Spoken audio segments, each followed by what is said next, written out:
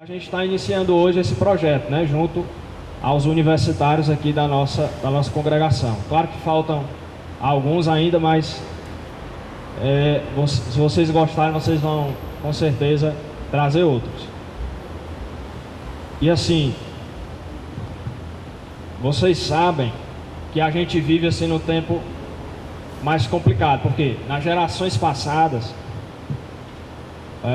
as pessoas só queriam saber o que era pecado e o que não era pecado. A pessoa chegava para o pastor e dizia assim: pastor, fazer isso é pecado? Aí o pastor: meu filho, é pecado por isso? Não, não, pastor, eu só quero saber se é ou não pecado, né? Sei lá, ir para a praia é pecado? Aí o pastor dizia: ninguém ia. Usar esse tipo de roupa é pecado? Aí o pastor dizia: é pecado. Aí ninguém usava, mas ninguém perguntava por quê, né? A nossa geração, a geração atual, ela já questiona mais. Ela quer saber por que é pecado, né? É pecado por quê? Aborto é pecado ou não é pecado? Por quê? E por quê ou por que não é, né? Então, a proposta é pelo menos dar uma noção para vocês sobre esses assuntos. Então, assim, a gente vai começar falando sobre o aborto. A célula, eu resolvi falar também sobre as células tronco embrionárias. Eu vou já explicar para quem nunca ouviu falar sobre isso, o que é.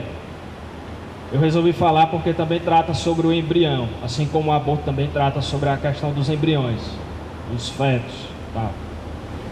A gente vai começar pelo aborto, tá? Mas antes, a gente vai só dar uma noção para vocês sobre o que é isso, esse assunto aqui, chamado ética cristã. Primeiro, a ética. O que é ética?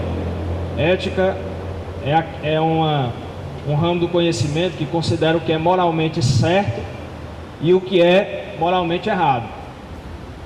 A ética cristã é uma disciplina, assim, né? Digamos assim, um ramo do conhecimento que considera o que é moralmente certo ou errado para os cristãos. Por quê? Porque uma é a ética lá de fora, é o que é certo e errado lá para o mundo, tem várias perspectivas sobre o que é certo e errado, e outra perspectiva é a perspectiva de nós como cristãos. Então a ética é isso, o que é certo, o que é errado, né? Exemplos de algumas opções éticas que as pessoas geralmente adotam. Alguns exemplos só. Não dá para falar de todos porque são muitos. Mas só alguns exemplos que eu acho bem conhecidos. Por exemplo, se fala muito sobre o utilitarismo. Talvez você nunca tenha ouvido falar sobre essa palavra, utilitarismo. Mas você já ouviu falar certamente já ouviu falar essa frase: os fins justificam os meios, né? Uma frase de Maquiavel. Os utilitaristas, eles dizem o seguinte: que não importa os meios que eu vou utilizar para alcançar os meus objetivos, o que importa é que eu alcance os meus fins, os meus objetivos, tá? Então, os fins justificam os meios. O que importa é o meu objetivo. O meu objetivo é certo. Se ele for certo, eu posso até utilizar um meio errado para alcançar meu objetivo certo. Estão entendendo?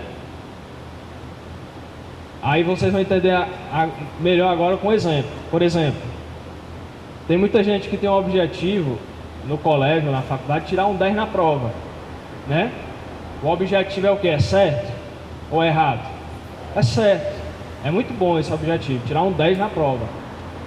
Mas aí, quais são os meios que às vezes as pessoas usam? Colar, pescar, né? O meio está certo? O instrumento que eu usei para alcançar o meu fim está certo? Ah, não, pescar. Qual seria o meio certo? Estudar, né? Então, o fim é bom, é muito bom. Agora o meio que eu utilizo é que está errado. Então, tem muita gente que tem esse tipo que adota para si essa filosofia de vida. É a pessoa que a gente chama de utilitarista. ela quer o caminho mais fácil, mais rápido, útil, para chegar ao objetivo dela. Ela não questiona se é certo ou errado esse caminho que ela vai prosseguir. Ela quer saber se ela alcança, né? São as pessoas utilitaristas, vem na palavra útil mesmo. São pessoas práticas, né? Muito, né? Não que seja errado ser prático, objetivo, mas existe essa linha de pensamento, né? Na política tem ou não tem gente utilitarista? Tem muito, né? As autoridades ajudam as pessoas? Ajudam, né? Mas qual é o meio que elas utilizam? Às vezes é com dinheiro roubado, ou elas dão, por exemplo, algumas autoridades almejam ter uma boa qualidade de vida, comprar uma casa, um carro e tal. O meio que elas usam para alcançar esses objetivos, às vezes é com o dinheiro público, né? O meio é que está errado. Então, utilitarismo. Agora tem uma bem conhecida, e aqui é que essa aqui é muito importante para vocês que estão na universidade ou que vão entrar, que é essa filosofia aí, essa opção ética, essa segunda chamada relativismo. Relativismo é bem mais comum nas universidades. O que é que significa?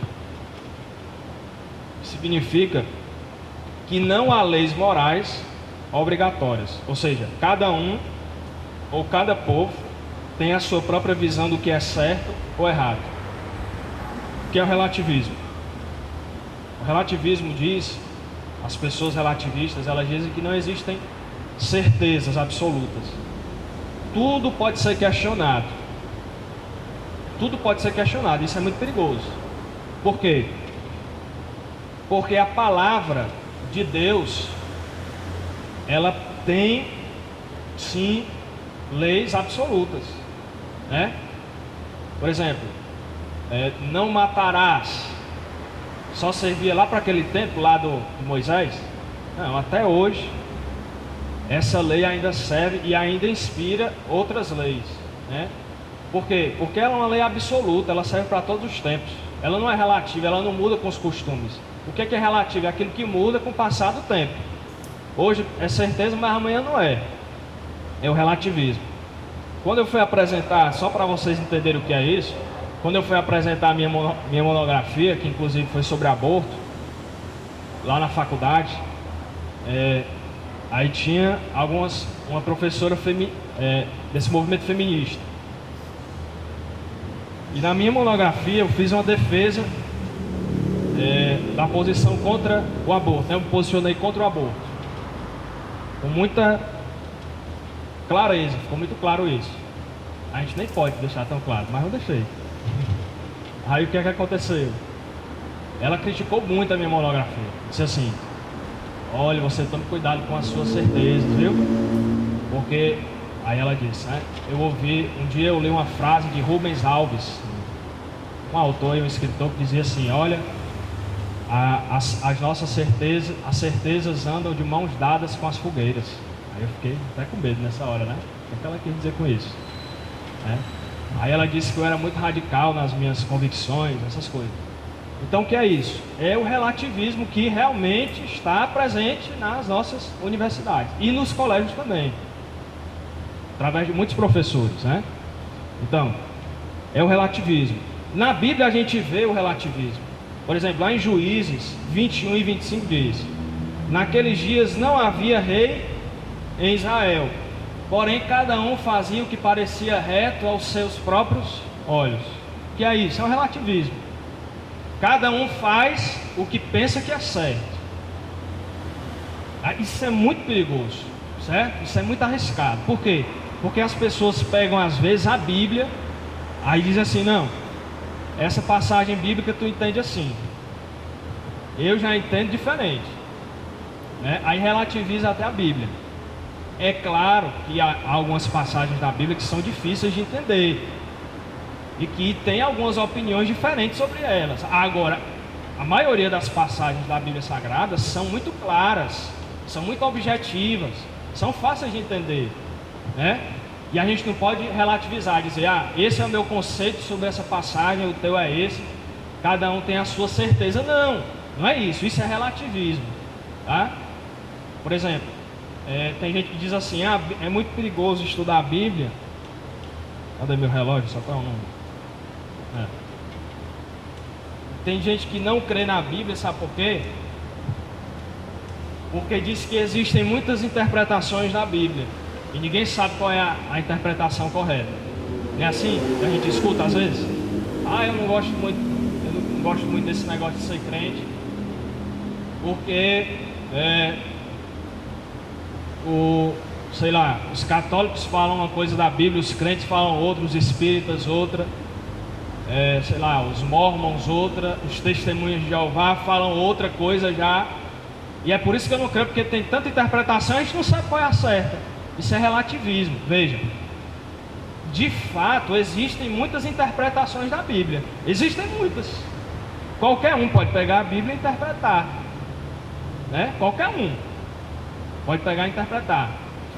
Até os demônios pegam e interpretam a Bíblia. Até o diabo pegou a Bíblia e tentou interpretar lá na tentação com Jesus. Foi ou não foi? Ele pegou a Bíblia e disse, olha, lança-te daqui abaixo, porque a Bíblia diz, né? Olha aí, aos seus anjos dará ordem ao seu respeito para que, né, não lhe aconteça coisa alguma, nenhum mal. Aí, o que é que acontece? Ele pegou, usou a Bíblia, mas de forma distorcida. Aí Jesus corrigiu ele e disse, não tentarás ao Senhor teu Deus, né? Jesus corrigiu. Por quê? A própria Bíblia Sagrada diz também que há algumas doutrinas de demônios. Doutrinas de demônios. O que é isso? Demônios que tentam interpretar a Bíblia e dão a sua versão sobre as doutrinas da Bíblia Sagrada. Como é que isso acontece? Vocês sabem que os demônios são anjos caídos, né? Vocês já ouviram falar, por exemplo, do anjo Moroni? Né? Pronto. Foi o que aconteceu lá nos Mormons, na Igreja de Jesus Cristo dos Santos dos Últimos Dias. O líder, se não me engano, Joseph Smith, ele disse que recebeu uma revelação de anjos, de um anjo chamado Moroni, que deu uma nova interpretação para ele da Bíblia, tá? É outra interpretação. As testemunhas de Jeová têm outra interpretação. Tá. Sim, as testemunhas de Jeová, tá melhor? Tem outra interpretação. Se aquieta. Os adventistas, em algumas partes, também tem outra. E qual é que é a interpretação correta? Se não se aplica para a gente essa história de relativismo, se a Bíblia é absoluta, né? Qual é a interpretação correta? Ora, a interpretação correta não é a de um homem como, por exemplo, Allan Kardec, que escreveu também outra interpretação, o Evangelho segundo o Espiritismo. Allan Kardec viveu em 1800 e pouco. Joseph Smith, dessas seitas e tal, nasceram há poucos anos ou décadas atrás. Houve um homem, que não era só homem, mas é Deus, que também interpretou a Bíblia. Quem foi? Jesus. Jesus interpretou a Bíblia também. O que é o Novo Testamento, se não uma interpretação do Antigo Testamento?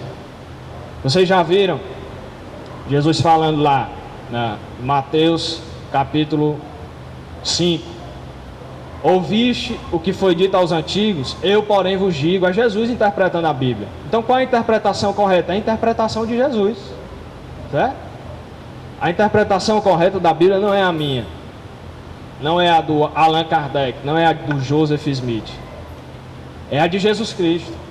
Então, a Bíblia não é relativa. Então, veja, existem essas duas opções éticas e existe a nossa, que é a opção ética do cristianismo. Nós cristãos acreditamos que é Deus que determina o que é certo e o que é errado, e que a Bíblia deixa claro o conteúdo da vontade dele para nós. Os mandamentos divinos são absolutos, ou seja, não mudam com o passar do tempo. O que era pecado ou errado há vários anos atrás continua sendo pecado hoje. O adultério era pecado lá nos tempos de Moisés, e até antes era também, sempre foi. Nos tempos de José, que nem tinha a lei de Moisés ainda, já era pecado, e José já sabia que era pecado. Não é assim?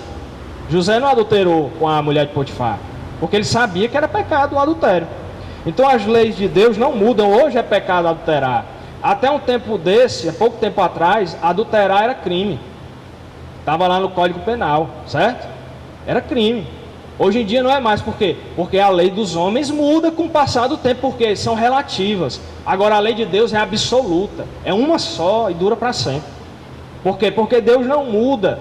Jesus Cristo é o mesmo ontem, hoje e eternamente, né? Então, a Bíblia Sagrada não muda. Tem gente que às vezes diz assim, é como a Bíblia diz, a palavra de Deus se renova a cada manhã, não é assim? Às vezes chegam falando, não, a palavra de Deus não se renova a cada manhã. O que se renova a cada manhã, e que a Bíblia diz, as misericórdias do Senhor se renovam a cada manhã. A Bíblia é a mesma, certo? Ela não muda. É claro que a gente prega ela e sai pregações diferentes que nos renovam, mas ela não muda. Então, a nossa posição sobre o que é certo e errado, independente da questão, seja aborto, seja células tronco embrionária, seja a pena de morte, seja a homossexualidade, o que nos diz para nós crentes aquilo que é certo ou errado é a Bíblia Sagrada. Então, a ética cristã utiliza a Bíblia Sagrada para avaliar se determinadas condutas são certas ou erradas aos olhos de Deus. Aí, por exemplo, falei do aborto, tal, pena de morte, consumo de drogas. É certo ou errado usar drogas? O que é que a Bíblia fala sobre isso? Homossexualidade, divórcio, é certo ou errado se divorciar? E várias outras questões atuais. Por que a gente está abordando questões atuais? Por quê? Porque sobre algumas outras questões, a Bíblia ela já é bem clara sobre essas questões. Agora, a palavra de Deus não é tão clara assim acerca do aborto, por exemplo. Certo? Não é tão clara assim sobre a pena de morte, sei lá. Existem versículos da Bíblia que nos orientam sobre essas questões, certo? E é isso que a gente vai procurar fazer com vocês, porque são questões muito atuais. Claro que o aborto ele era praticado há muitos anos atrás, mas não é uma questão não era uma questão assim tão comum como é nos dias de hoje, o aborto, por exemplo. Por exemplo, células tronco embrionárias, amigo. Vocês já ouviram falar, estudando história disso, nos tempos lá do Egito, sei lá, da Mesopotâmia, né? Na antiguidade, se ouvia falar em células tronco embrionárias, né? O pessoal não sabia nem o que era isso, né? Nem se imaginava que isso existia. Não havia sido criado nenhum microscópio ainda para ver uma célula, né? Então são questões atuais. Aí quando a gente chega na faculdade, o que acontece? O professor começa a falar, ou lá no colégio o professor começa a falar, e a gente não sabe se posicionar, a gente não sabe o que a Bíblia diz sobre isso, porque nos tempos bíblicos não era falado sobre isso com tanta clareza, certo? Ou até era falado, mas a gente não conhece tanto. Então é por isso que é muito importante a gente juntar quem faz a faculdade, e quem está na universidade, no colégio, para falar sobre essas questões atuais, tá? Então vamos lá. O aborto. O conceito de aborto, eu vou explicar para vocês o conceito, o que é que as leis brasileiras, a lei brasileira penal fala sobre isso, e vou explicar o contexto, né? Por exemplo, aborto. Qual é o conceito de aborto? Aborto significa privação de nascimento, né? Da origem aí, etimológica. Agora, esse termo aborto é usado para designar a interrupção, preste bem atenção, que é o aborto. Irmão Júnior, eu vim só por empolgação. Eu vim, mas não sabia nem o que era aborto. Estou descobrindo agora. Amém. Nada não.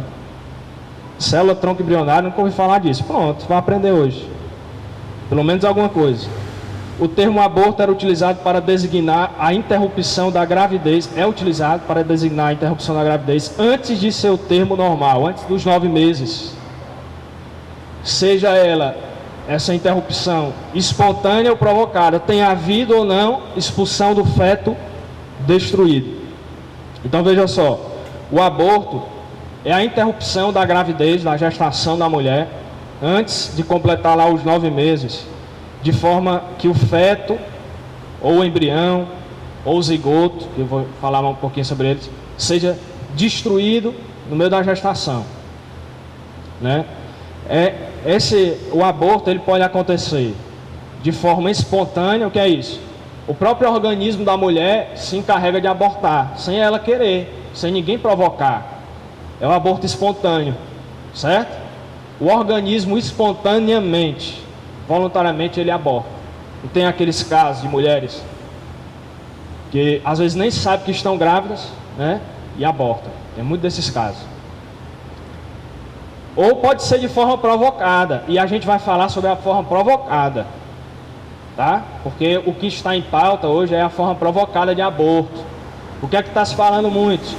Sobre a possibilidade de se abortar os bebês com microcefalia, não é isso? Microcefalia, aqueles que nascem só com a metade ou com uma parte do cérebro desenvolvida. Aí então está se falando em abortar esses bebês, né? Então são questões atuais. Se falava em epidemia de microcefalia há vários anos atrás, lá no Antigo Testamento, na época dos profetas de Jesus, não se usava esse termo, já existia provavelmente, mas não se falava, né? Tanto. E não acontecia, nunca foi registrada uma epidemia tão forte como está acontecendo hoje. Então está sendo discutido isso. E aí, e vocês que são cristãos? O que é que vocês têm a falar sobre isso lá, quando vocês forem confrontados, né?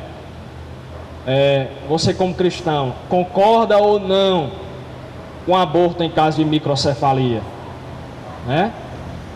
Às vezes a gente não sabe, às vezes a gente até diz, é pecado. Aí quando pergunta pra gente, mas por que é errado? Aí a pessoa vem e argumenta, traz vários argumentos bem organizados e tal, e você fica, é mesmo, verdade, eu não tinha pensado nisso. É mesmo, eu acho que tem que abortar mesmo, né? Assim por quê? Porque você não está preparado para argumentar, ou pelo menos para não ser enganado ou levado por qualquer ensino, né? Qualquer doutrina. E a gente vai falar sobre o aborto provocado. O que é esse aborto provocado? É quando a mulher provoca o aborto ou permite que outra pessoa provoque, ou mesmo que outra pessoa provoque o aborto na mulher sem a permissão dela. Esse tipo de aborto é criminoso. O aborto chamado provocado. Mulher mesmo provoca, outra pessoa provoca, é um aborto provocado. Outro conceito importante aqui é esse. Aborto é a interrupção da gravidez com a destruição do produto da concepção. A expressão produto da concepção é mais abrangente e pode referir-se ao ovo, ao embrião ou ao feto. Então, o aborto é quando o produto da concepção, que pode ser chamado de ovo ou zigoto, embrião ou feto. O que é isso? Eu nunca pensei que eu ia dar aula de biologia na igreja. Mas vamos lá. O ovo ou zigoto é aquela primeira fase, né? Tem até uma figurinha aí, ó. Eu botei algumas figurinhas, poucas, por causa da pressa. Mas porque não tem aquele pessoal que só lê livro se tiver figurinha, né? Tem gente que só presta atenção nos slides se tiver uma figurinha, né? Aí eu tentei botar algumas. Mas veja essa figurinha aí, ó, esse gráficozinho, representando o ovo ou zigoto, né? O óvulo fecundado por um espermatozoide. Isso aqui é o ovo ou zigoto.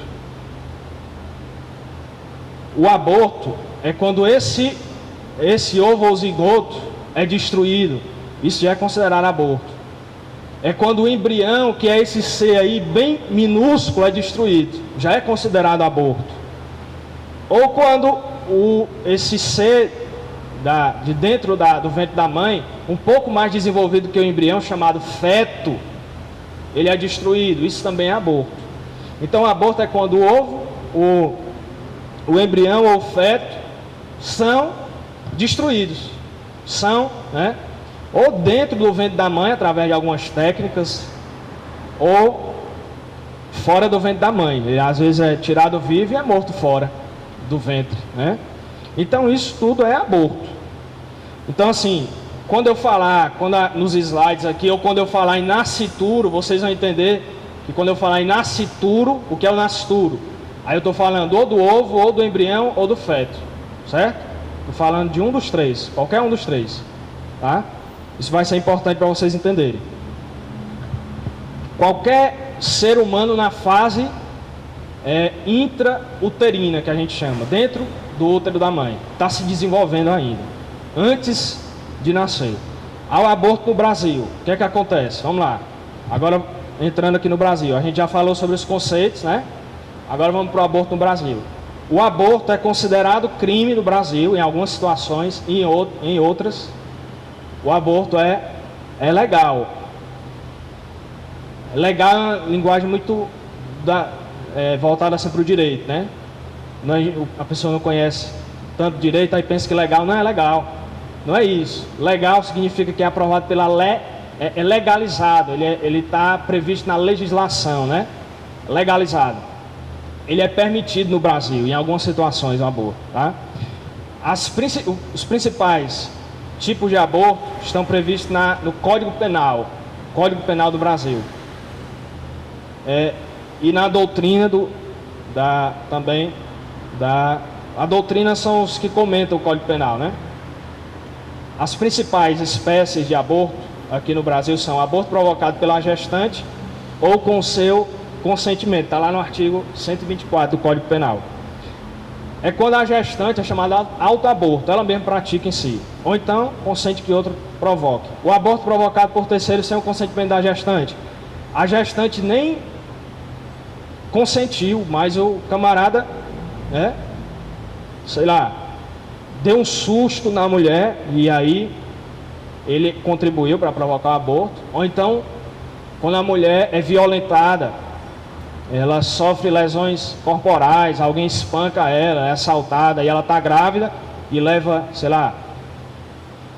socos na barriga e provoca o aborto. É crime. O aborto provocado por terceiro com consentimento da gestante. É quando a mulher grávida, ela vai lá na clínica, atrás do médico, para o médico provocar o aborto. Ela vai atrás de alguém, ou então das aborteiras, né? Que vendem aqueles medicamentos que servem para provocar o aborto, certo? O aborto qualificado é quando, além de matar o ser intrauterino, a mulher ainda sofre lesão corporal ou morre. Aí é qualificado, é pior a pena. E o aborto legalizado, legal, que consiste em dois tipos: o aborto necessário e o aborto sentimental, que eu vou já explicar. São dois tipos que aqui no Brasil são permitidos, esses dois tipos de aborto. O aborto no Código Penal, tá aí. Provocar aborto em si mesmo ou consentir que outro lhe provoque, a pena é de 1 a 3 anos de cadeia, né? Aborto provocado por terceiro, aí o camarada fica preso de 3 a 10 anos. Provocado com o consentimento da gestante, a gente também já falou. A forma qualificada também. Aí, os dois que eu fiquei de falar, o aborto necessário e o aborto sentimental tá aí. Pronto. Esses dois tipos de aborto, eles são permitidos aqui no Brasil. O aborto necessário, se não houver outro meio de salvar a vida da gestante, né? Aí ela vai ao médico e consegue praticar o aborto, que a gravidez está causando um risco de vida para ela, não é risco para a saúde, certo? É risco de vida. Ou ela interrompe a gravidez ou ela morre. É urgente, né? É urgente. Ou a vida dela, ou a vida do feto. Aí o que é que acontece? Se ela tem algumas irmãs, aí é coisa muito pessoal. Algumas que têm fé, que Deus concede a elas fé para elas continuarem com a gravidez e dá certo. E ela tem um filho e ela permanece viva. Outros casos não.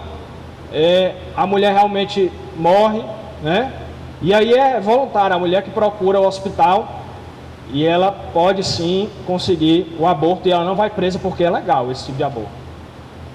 O aborto no caso de gravidez resultante de estupro. A mulher sofreu um estupro e engravidou do criminoso. Ela pode abortar aqui no Brasil. Aqui no Brasil é permitido esse tipo de aborto. Aí precisa do consentimento da gestante ou quando ela é de menor, do seu representante legal, né? Então, do seu pai, do responsável. O aborto sentimental, que a gente chama, é isso. É quando a gravidez é resultante de estupro. E a gente, o que é que a gente acha sobre isso? Né? Nós como crentes, né? A gente aprova, né? O que é que vocês acham? Vamos lá. Sobre o aborto necessário, de fato, não há nenhum... A gente não vê tanto problema, por quê? Porque se a mulher continuar com a gravidez, ela morre. Então, tem duas vidas aí, né? Conflitando. A vida do feto ou do nascituro. Lembra do nascituro? Eu estou falando de todos, né? Ou em qualquer fase da gestação. Do nascituro ou da mulher. A vida dos dois está em jogo ali. Se ela continuar com a gravidez, ela morre.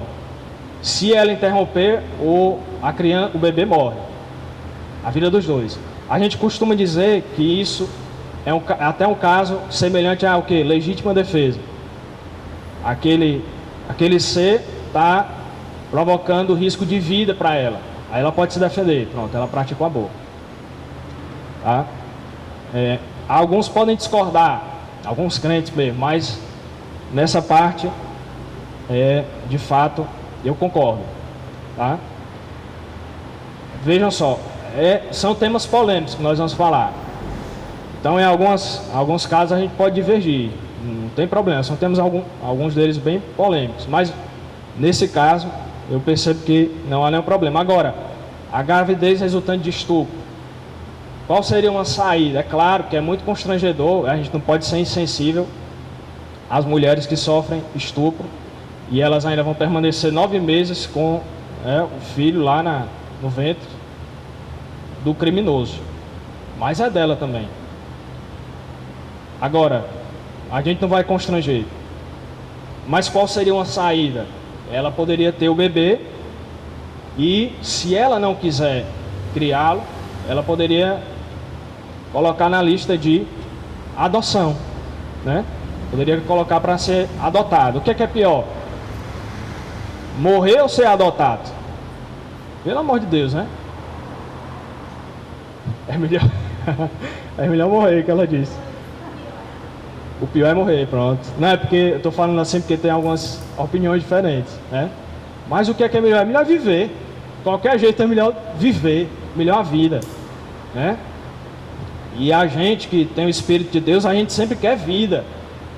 Quem é atraído pela morte é quem não tem o Espírito de Deus. Aí tem gente que tem vontade de se suicidar, de morrer. O que é? É porque o Espírito de Deus já não está mais naquela vida e o que é que acontece? Ou pelo menos até está e existe uma resistência. Aí o inimigo está atribulando, né, aquela vida ou estimulando ela a morrer, né? Então nós queremos é viver e não morrer. Então a opção aqui é pela vida da gestante. Alguns tipos de aborto, alguns tipos. Vou só falar rapidamente de alguns tipos. O aborto eugenésico ou eugênico. Fala, meu Deus do céu, o que é isso, meu irmão? Eugenésico ou eugênico. consiste naquele realizado para que o nascituro portador de alguma deficiência ou deformidade física ou doença incurável seja impedido de nascer. Olha só, o que é esse aborto eugenésico? É quando o nascituro, é quando a mulher pratica o aborto porque o nascituro nasceu não, que ele ainda está lá no ventre da mãe. Ele é descoberto pelos médicos que ele tem alguma deformidade física. Aí entra o que? A microcefalia, uma deformidade física. Pronto. O aborto, é o caso de aborto eugenésico, certo? Tal prática não é permitida aqui no Brasil e caracteriza o crime de aborto. É crime abortar nesses casos. No Brasil, abortar quando o bebê tem microcefalia é crime. Tá? Ainda que não seja um indivíduo perfeito, há contudo uma vida, lá dentro há uma vida a ser protegida, tutelada. Então existe uma vida, mesmo que não seja uma vida perfeita, é um ser humano completo, pleno como qualquer outro, e a sua vida merece ser respeitada. Ele tem o direito à vida, a viver ou a vida. Então, quando ele sair do ventre da mãe, ele vai continuar vivo? Vai. É diferente de uma deformidade mais grave chamada a anencefalia. Os fetos anencéfalos, ou seja, sem cérebro. Nesses casos, quando ele sair do ventre da mãe, provavelmente ele vai durar só alguns dias. Aí ele já morre. Agora tem outros casos que ele vive durante muito tempo, certo? Depende muito da gravidade. É o aborto de fetos anencéfalos. Isso aí.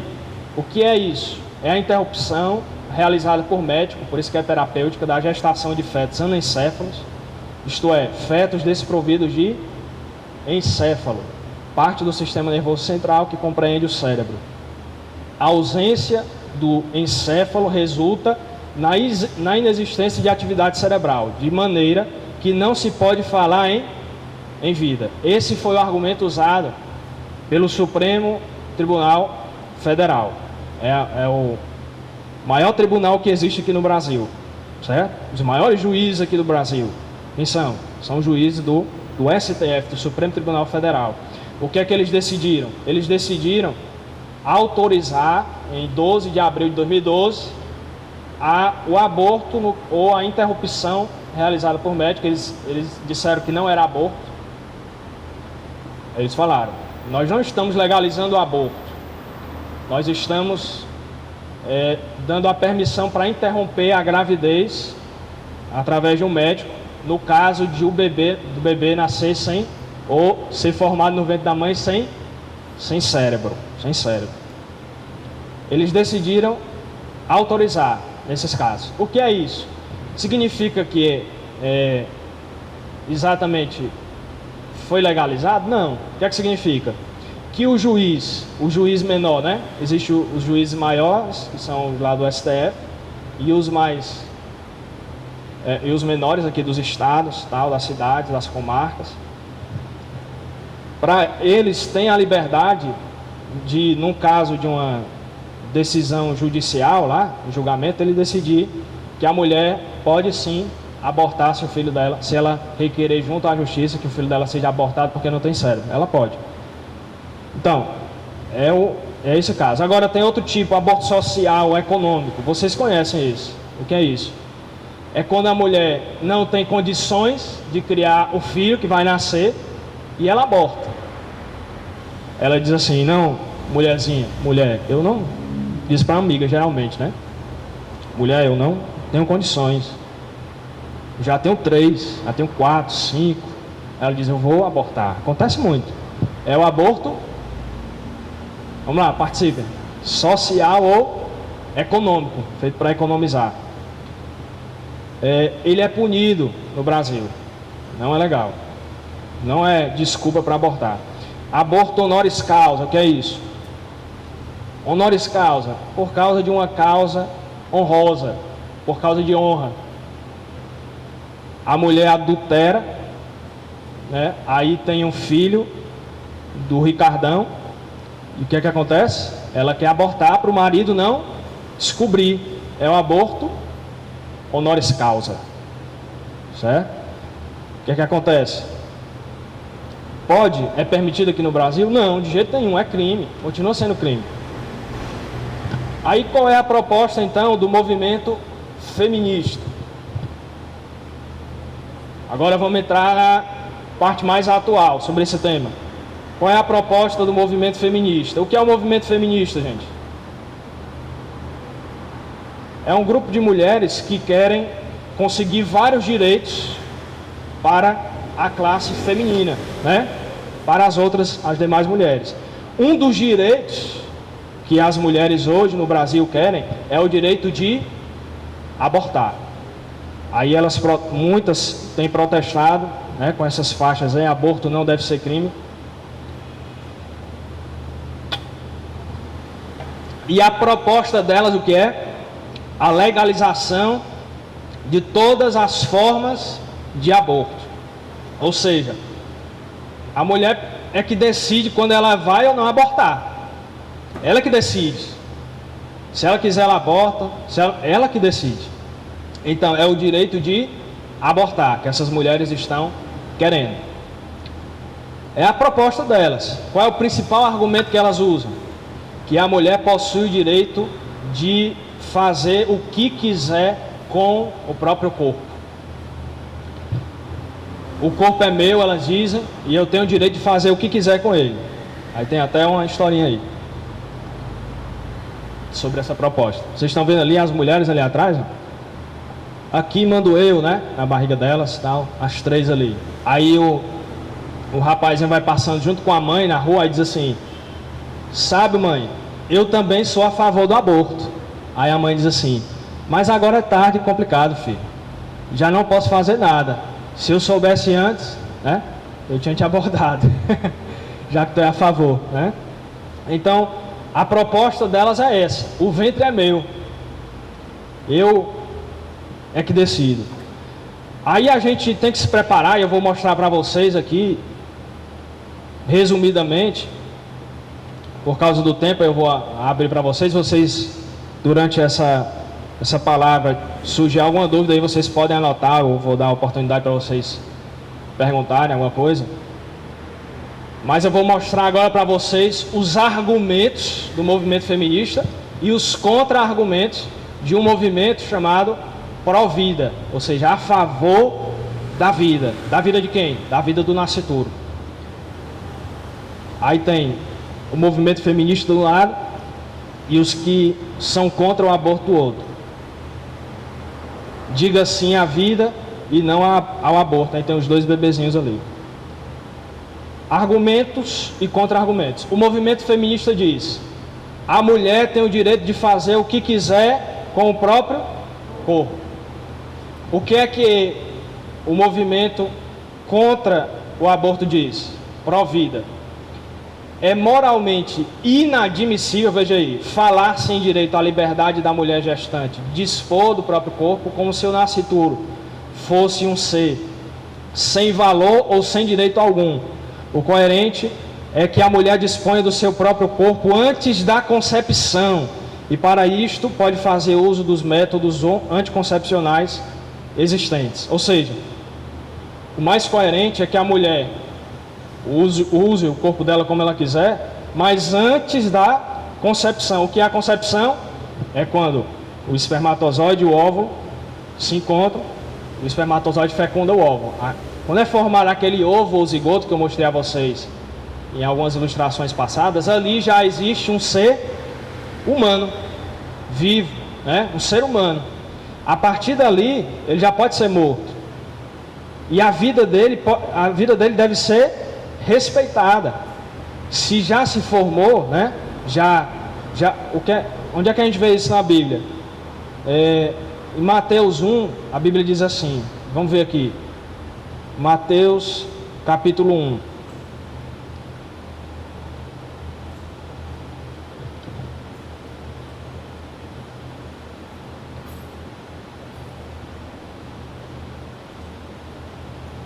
Mateus capítulo 1, versículo 23. Veja aí na Bíblia de vocês. Mateus 1 e 23 diz assim, sobre Maria: e eis que a Virgem conceberá. Capítulo 1 de Mateus, versículo 23. Eis que Maria conceberá. O que é isso? É a concepção. E dará à luz um filho. Dará à luz aí já é o nascimento. Veja só como a Bíblia diferencia a concepção do nascimento, né? Diferenciou aí. Aí continua. E ele será chamado e dará à luz um filho, e ele será chamado pelo nome de Emanuel. E Emanuel traduzido é Deus conosco. Então, isso é a concepção. A partir daí já existe vida humana. Ali já é uma vida humana, mesmo não sendo uma vida completamente desenvolvida fisicamente, mas é um ser humano digno de respeito da sua vida. Então, se a mulher quiser dispor do próprio corpo, ela deve fazer antes de engravidar. Usando o quê? Os anticoncepcionais. A camisinha, por exemplo, né? Aí sim, aí ela pode usar como ela quiser o corpo dela. Agora, depois que ela engravida, não. Dentro dela existe outro ser humano cuja vida, né? Cuja vida merece o quê? Respeito. Também tem o direito à vida. Tem outro ser humano lá dentro. Não é só o corpo dela que a gente está tratando quando a gente fala sobre aborto. Não é isso? Então, caso contrário, teremos que considerar a vida do nascituro inferior à vida de quem já nasceu, o que não encontra respaldo nos princípios mais valorizados pela humanidade. O que é que se argumenta, gente? Geralmente para apoiar o aborto, que agora eu vou entrar, é semelhante, não tem diferença do que do homicídio, de matar uma vida, uma pessoa. Se existe uma pessoa lá já a partir daquele momento da concepção, seja ovo zigoto, seja embrião, um embriãozinho ou um feto, é uma vida humana, né? Então, qual é o argumento que é usado a favor desse tipo de homicídio? Se diz que lá dentro do ventre da mãe, enquanto a gente está dentro do ventre da nossa mãe, nós não somos um ser humano. Nós somos apenas um ser humano completo. Nós somos um ser humano em potencial. É o que se diz. O que é que acontece? Aí tem uma briga dentro das legislações sobre isso. É por isso que é tão polêmico esse assunto aqui no Brasil. Por quê? Porque o direito civil, é outro código, o Código Civil, diz que lá dentro do ventre da mãe nós somos apenas expectativas de vida. Seres humanos em potencial, mas nós não somos seres humanos completos ainda. Nós não somos seres humanos. E o que é que diz o Código Penal? O que é que o Código Penal deixa transparecer? É que sim, lá dentro do ventre da mãe existe sim uma vida. Um ser humano já, um ser humano. Por quê? Porque quando você vê no Código Penal, está lá, dos crimes contra a vida. Aí está lá o aborto. É o título. Aí tem o capítulo da lei. Aí tem, o capítulo diz assim, dos crimes contra a pessoa. Né? Contra a pessoa. Aí tem lá o aborto. Então, para o Código Penal, é uma vida assim. Para o Código Civil, não. É uma vida em potencial. Aí tem esse conflito. Aí qual é a lei maior aqui no Brasil? É a Constituição Federal. É a maior lei. Todas as leis devem estar de acordo com essa. E o que é que a Constituição Federal, que é a maior lei, diz? Nada sobre aborto. Não diz nada. Só diz que a vida, que todos têm direito à vida, e a vida é inviolável. Ninguém pode violar a vida de ninguém, né? Todos têm direito à vida, dependendo de idade, cor, sexo, raça, tá? Certo? Então tem essa discussão. Agora, quem se pronuncia a favor do aborto geralmente argumenta que o feto é uma vida inferior e quem já nasceu é superior. Quem nasceu é um ser humano. O feto. Não, feto é quase ser humano, certo? Geralmente é esse argumento que se usa. O movimento feminista argumenta exatamente isso. O feto é apenas um ser humano em potencial e não um ser humano completo. O que é que o movimento contra o aborto pró-vida diz? A postura de quem considera a vida do nascituro inferior à vida de quem já nasceu encontra respaldo nos princípios éticos mais estimados pela humanidade? Ou seja, será que é certo considerar a vida do nascituro inferior à vida de quem já nasceu? Será que é certo? Vamos ver. Adolf Hitler usou esse mesmo tipo de argumento. Vocês lembram de Adolf Hitler? Que foi responsável pelo assassinato de 6 milhões de judeus. Sabe qual é o argumento que ele usava? Os judeus são uma raça inferior. E nós, os alemães, os arianos, somos uma raça superior. Então nós temos todo o direito de matar os judeus. E eles mataram 6 milhões. Usando o mesmo argumento que é usado para legalizar o aborto. Outra, as justificativas, olha só que grave. As justificativas usadas para afirmar que as pessoas negras são inferiores às outras pessoas são praticamente as mesmas usadas para afirmar que o nascituro é inferior aos demais seres humanos. Ou seja, na época da escravidão, eram utilizados alguns argumentos em favor da escravidão, para dizer que o negro é inferior ao branco. Quais eram os argumentos? Veja só, está pequeno aí, mas dá para ler. Nos Estados Unidos, em 1857, a corte americana defendeu a escravidão e o direito de matar o escravo negro, à luz dos seguintes argumentos. Primeiro, o negro não é uma pessoa humana e pertence ao seu dono. Olha o argumento. Segundo, não é pessoa perante a lei, mesmo que seja tido por ser humano. Terceiro, só adquire personalidade perante a lei ao nascer, não havendo qualquer preocupação com sua vida. Quarto, quem julgar a escravidão mal, que não tem escravos. O quinto, o homem tem o direito de fazer o que quiser com o que lhe pertence, inclusive com seu escravo. 6. A escravidão é melhor do que deixar o negro enfrentar o mundo. Vejam aí que são os mesmos argumentos utilizados para defender o quê? O aborto. E dizer que o nascituro é inferior. Quais são os argumentos? 1973, os argumentos utilizados nos Estados Unidos para aprovar o aborto foram os seguintes. Primeiro, o nascituro não é pessoa e pertence à sua mãe, assim como o negro. Não é pessoa perante a lei, mesmo que seja tido por ser humano. Terceiro, só adquire personalidade jurídica ao nascer. Quarto, quem julgar o aborto mal não faça. Quinto, toda mulher tem o direito de fazer o que quiser com o seu próprio corpo, assim como o homem tem o direito de fazer o que quiser com o que ele pertence, inclusive com o escravo. Veja só a similaridade. 6. É melhor o aborto do que deixar uma criança mal formada enfrentar a vida. Vejam aí.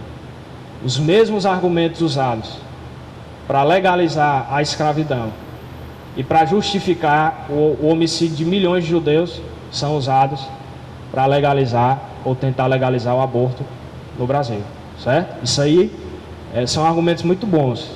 Depois, quem quiser, é só dar um e-mail que eu passo os slides para vocês. Agora vamos lá. O que é os argumentos que eu usei agora?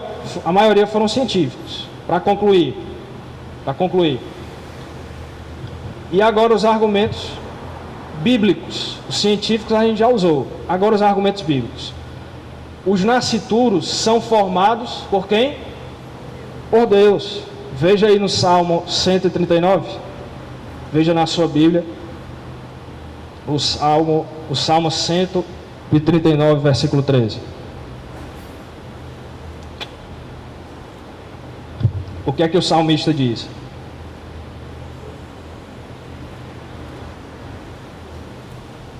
Salmo 139, versículo 13.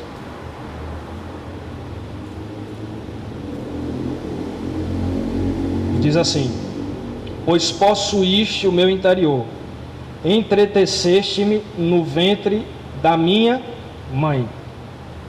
Eu te louvarei porque de um modo terrível, versículo 14, e tão maravilhoso fui formado. Maravilhosas são as tuas obras e a minha alma o sabe muito bem. Os meus ossos não te forem cobertos, quando no oculto fui formado e entretecido, como nas profundezas da terra. Os teus olhos viram o meu corpo ainda sem forma, informe, versículo 16. E no teu livro todas estas coisas foram escritas, as quais iam sendo dia a dia formadas, quando nem ainda uma delas havia. Então veja aí que Deus nos conhecia e nos formou lá dentro do ventre da nossa mãe. Ele já nos conhecia, né? E Ele foi o responsável pela nossa criação. Segundo, o que é que a Bíblia diz mais? Os nascituros são chamados por Deus ainda mesmo antes de nascerem. Antes de nascerem, muitos profetas, muitos homens de Deus, dentro do ventre de suas mães, já tinham chamado de Deus para suas vidas. Deus chama coisas. Deus chama pessoas. Deus usa pessoas. Deus usa pessoas. Certo? Então, desde o ventre das suas mães, alguns profetas foram chamados. Veja na Bíblia aí, Juízes. A gente vai ver um juiz. Juízes 13. A referência está aí. Versículos 2 a 7. Aí a gente já vai encerrar e abrir um pouco para vocês perguntarem, de acordo com o tempo que a gente tiver. Juízes 13.